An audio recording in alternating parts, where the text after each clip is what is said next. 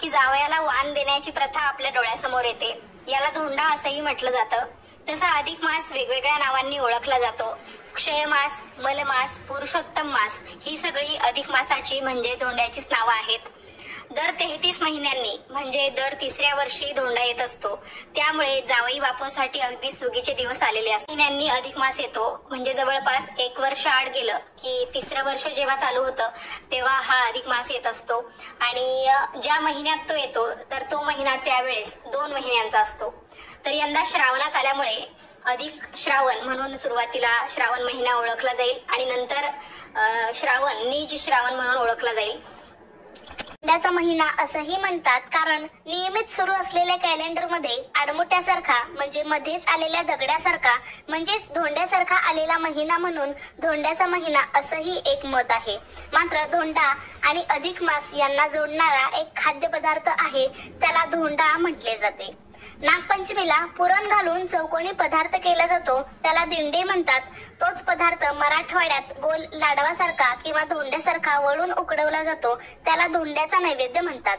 जेवताना जावयाला आग्रहाने धोंडे खाऊ घातले जातात आणि त्याच्या रूपाने नारायणाने धोंड्याचा नैवेद्य स्वीकार केला असे म्हटले जाते। अधिक मासातील प्रत्येक दिवस शुभ असतो, तरी देखील जावयाच्या सवडीने त्याला घरी बोलावून त्याचा सागर संगीत सत्कार केला जातो।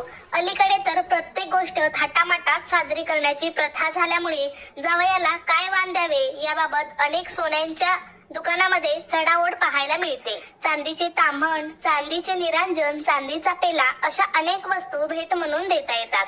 अर्थात हा सगळा भाग स्वइच्छेचा असतो, हौसेला मोल नसते म्हणतात त्याचप्रमाणे वाण देताना शास्त्रानुसार 33 अनारसे, मैसूर पाक किंवा बत्तासे असे सचित्र पदार्थाचे वाण देण्याची मात्र पद्धत आहे। तसेच या महिन्यामध्ये अनेक ठिकाणी जावई बापूंच्या सवडीने त्यांना घरी बोलावून गोडधोड जेवणासह शर्ट, पॅन्ट पीस, साड्यांना प्राधान्य दिले जाते। याशिवाय तांब्याची भांडी, चांदीची भांडी, तांब्याचे घंगाळे, कळशी, तबक, गडवे देण्याची पद्धत आहे। तसेच ज्याच्या त्याच्या परिस्थितीनुसार किंवा ज्याच्या त्याच्या हौसेनुसार ही जावई बापूंना मान सन्मान करताना सोन्याची अंगठी देखील घातली जाते। शेवटी स्व इच्छेचा प्रश्न आहे। बऱ्याच ठिकाणी हे अधिक मासाचे वाण जावयाला 3 वर्ष दिले जाते, म्हणजे 3 वर्षातून एकदा अधिक मास येतो। अशा प्रकारे 3 वर्ष आपण हे जावयाला करायचं असतं। आता बऱ्याच भागानुसार थोडीफार वेगवेगळी पद्धत असू शकते।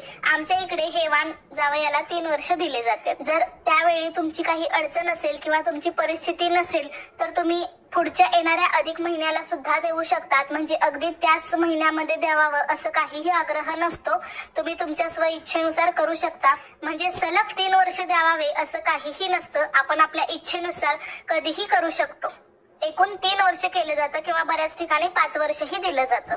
अधिक जावयाला वाण देतातच, पण अजून एक गोष्ट सर्रास केली जाते ती म्हणजे सोनाराकडे जाऊन जोडवी बदलणे। अगदी साध्यात साधी स्त्री पण अधिक महिन्यात जोडवी बदलतेच। अधिक मासाचे निमित्त म्हणून सुवासिनींना देखील जोडवी बदलण्यास निमित्त मिळते। जोडवी हे सौभाग्याचं लेणं म्हणून पायात घातलं जातं। जोडव्यांमध्येही अनेक सुंदर नक्षीदार प्रकार आता पाहायला मिळतात। दर 3 वर्षांनी अधिक मासाची आठवण म्हणून नवीन जोडवी घेतली जाते। जोडवी घालण्याची कारणं काय असतील तर लग्नाचा हेतूच वंशवृद्धी आहे। ती वंशवृद्धी होण्यासाठी स्त्रीचं आरोग्य चांगलं असणं आवश्यक आहे। त्यासाठी प्रजनन क्षमता चांगली हवी। जोडव्यांमुळे पायाच्या दुसऱ्या बोटात असलेले पॉइंट्स कार्यरत होतात आणि प्रजनन क्षमता चांगली राहते। प्रजनन हे मासिक पाळीशी संबंधित आहे। मासिक पाळीचं चक्र नीट राहावं यासाठी सुद्धा जोडवी उपयुक्त असतात, म्हणून ती घातली जातात। त्याचप्रमाणे जोडवी घातल्यामुळे थायरॉइडचा धोका सुद्धा कमी होतो।